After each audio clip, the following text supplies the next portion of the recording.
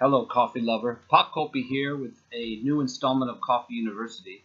This series is called The Coffee Truth, and I want to take a look at some of the things that I discussed in my recently finished book, Get Your Fix, How to Get High on a Potently Brewed Cup of Coffee. Nothing like that just roasted cup of coffee.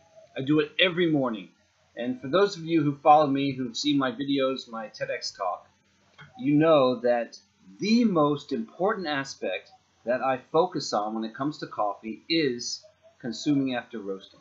That is by far the most important thing.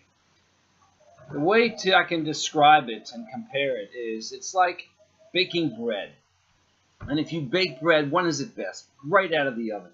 If you take that bread and you put it on a shelf, don't have it for a few days, even a week, it's not going to be nearly as good.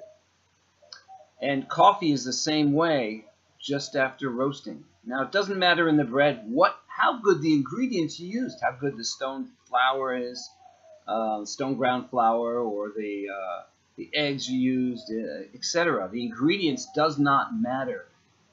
If it's fresh out of the oven, it's going to be the best. Now, that is just the taste, because bread, as far as nutrition-wise, doesn't have a lot, but coffee has a whole nother thing going for it, and that is the drug aspect. This is the most potent and widely used drug in the world. And to get the most out of it, when you have it just roasted, then you have access to all these substances and chemicals that leave the coffee bean immediately after roasting, with 40% already gone after just 24 hours. So the best way to get the most out of your coffee, not only in taste, not only in freshness, in aliveness, but in those potent chemicals that affect your brain, and it helps your brain work better. I am convinced that coffee assists the thinking, thought, focus process of your brain. There's something that it does. I want to study it in the future to find out exactly. But there is something very powerful. And when you have a really good cup of coffee, you notice it because you feel up, alive, you feel focused, like you can do anything. And this is the process that I do every morning, and I encourage people to do it, is roast, grind, and brew in the morning. The roasting process only takes about 10 minutes with the proper equipment. It doesn't have to be expensive equipment either. But when you're doing it in that order, roast, grinding, and brewing, then you're getting the most out of it. So this is an introductory video. I want to talk about the history of coffee and what's happened and where we seem to gone off track, because 150, 200 years ago, everyone was roasting their own coffee at home, and they knew that it was better. They were getting green coffee, they were roasting it themselves, and they were consuming it right away.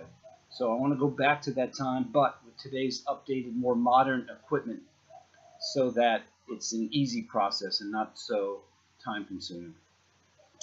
So like all good truthers, I consider myself a coffee truther. Like all good truthers, I encourage you to do your own research. I am giving you one point of view. I am giving you my experience here.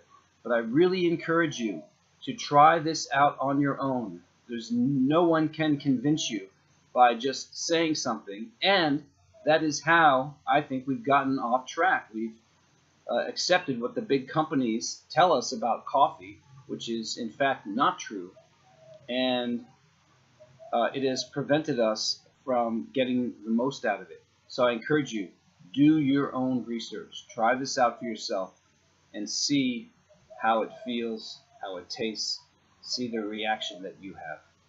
So we'll start with the next video. I want to keep these nice and short, and we're going to start with the history of coffee and see where we've been, and we're going to look forward to the future and where we're going to go.